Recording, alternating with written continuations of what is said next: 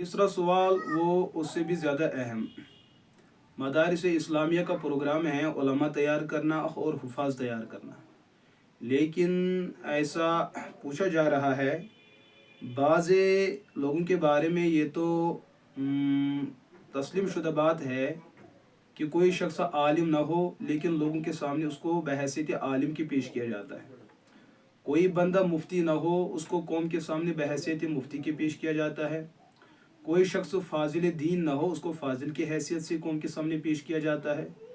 कोई बच्चा और कोई तालिब इल्म 10 पारों का हाफिज़ है, उसको मुकम्मल हाफिज़ कुरान की हैसियत से कौम के सामने पेश किया जाता है। तो इसी तरीके से यहाँ मुख्तलिफ मदारिस हैं और मदारिस की अपनी इल्मी निस्बतें हैं। आप यहाँ देख लीजिए दारुल रहीमिया बांडीपोरा के फजला अपने साथ लफ्ज़ रहीमी बढ़ाते हैं, और आप दारुल सोपर जाइए, वहाँ के फजला अपने साथ जामई बढ़ाते हैं। इसी तरीके से आप दारुल बिलालिया जाइए तो वहाँ के फजला अपने साथ लफ्ज़ बिलाली बढ़ाते हैं। दारुल कासमे जाते हैं तो वहाँ के तलबा अपने साथ और लफ्ज़ जुड़ाते हैं। लेकिन ऐसा है कि इन इल्मी निस्बतों का इन मदारिस के साथ ताल्लुक़ है।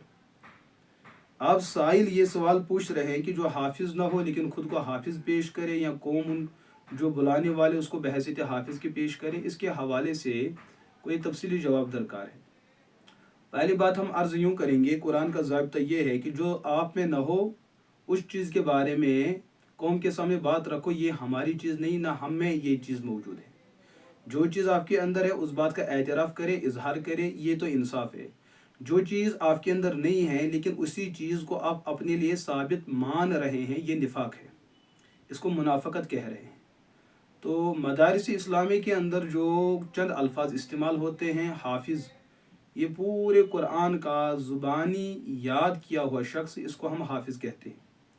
और कारी का लफ्ज़ जो है, जो कुरान को मुख्तलिफ लहजों के अंदर पढ़ने की सलाहियत रखता हो, ये लफ्ज़ हम उसके लिए इस्तेमाल करते हैं।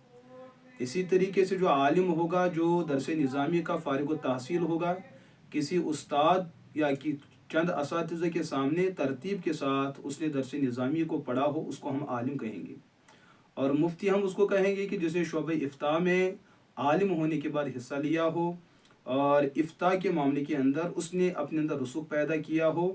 कम अज़ कम इतनी बात तो है कि दरस निज़ामी को और शोबे इफ्ता को असातिज़ा से सबकन पढ़ा हो, और उसमें फिर इम्तिहान के एतबार से भी असातिज़ा ने उस शख्स पर इत्मीनान का इजहार फरमाया हो। तो इतनी बात तो दुरुस्त है, लेकिन फिर उसके बाद जो निस्बतों की बात होती है, जिस शख्स के अंदर जो निस्बत ना हो फिर भी अपने आप को उस निस्बत के साथ जोड़े, ये वो उलमा के साथ बगावत कर रहा है। मदारिस इस्लामिया के एक बुनियादी नज़्म के साथ वो बगावत कर रहा है। और सबसे बड़ी गलती बात यह है कि वो कौम को धोखा दे रहा है। कौम एक हर इदारे के साथ कौम के अपने कल्बी ताल्लुक़ होते हैं, कल्बी जज्बात जुड़े होते हैं। उनके जहन के अंदर एक ठाठ रहती है कि फ़लाँ इदारे का तालिब इल्म वो इस नौइयत के और इस मिजाज के हामिल होते हैं। उसी नौइयत और उसी मिजाज का लिहाज करते हुए लोग ऐसे उलमा और फुज़ला को अपने इलाकों में बुलाते हैं और कौम के सामने वाज़ो नसीहत होती है, तो उन निस्बतों के पेश नज़र ही लोग इंतखाब करते हैं। अब किसी शख्स ने अपनी निस्बत को इस तरीके से इस्तेमाल किया है जो निस्बत लोगों के लिए धोखे की वजह बन जाती हो, तो उस सूरत में इन जैसी निस्बतों का इन तरीक़ों से इस्तेमाल करना बिल्कुल नाजायज़ है। जैसे कोई डॉक्टर ना हो, वो ख़ुद को डॉक्टर के नाम से जोड़े तो बगावत है। और इसी तरीके से कोई पायलट ना हो और इंजीनियर ना हो, वो कौम के सामने खुद को बहैसियत इंजीनियर की पेश करे तो धोखा है। जैसे दुनियावी ओहदों और शोबों के अंदर किसी इंसान का अपने आप को उस निस्बत और उस शोबे के साथ जोड़ना, जो शोबे को वो जानता भी ना हो लेकिन अपने आप को कौम के सामने उस हवाले से पेश करना, ये कौम के कानून के एतबार से भी बगावत है और शरई उसूल नज़रिए के एतबार से भी ये एक बड़ी बगावत है।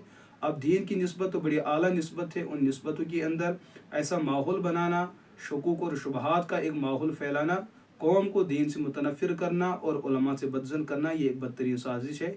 इस तरीके का ये इक़दाम करना हर हाल में नाजायज़ और बिल्कुल हराम ही हो सकता है। इसको हराम से हम कम नहीं कह सकते हैं। इसमें ईज़ाए इंसानियत भी है, ईज़ाए इस्लाम भी है, और ईज़ाए मदारिस भी है, और ईज़ाए उलूम व फ़नून भी है। इन तमाम चीज़ों को लेकर इस तरीके का इक़दाम करना हर हाल में नाजायज़ होगा।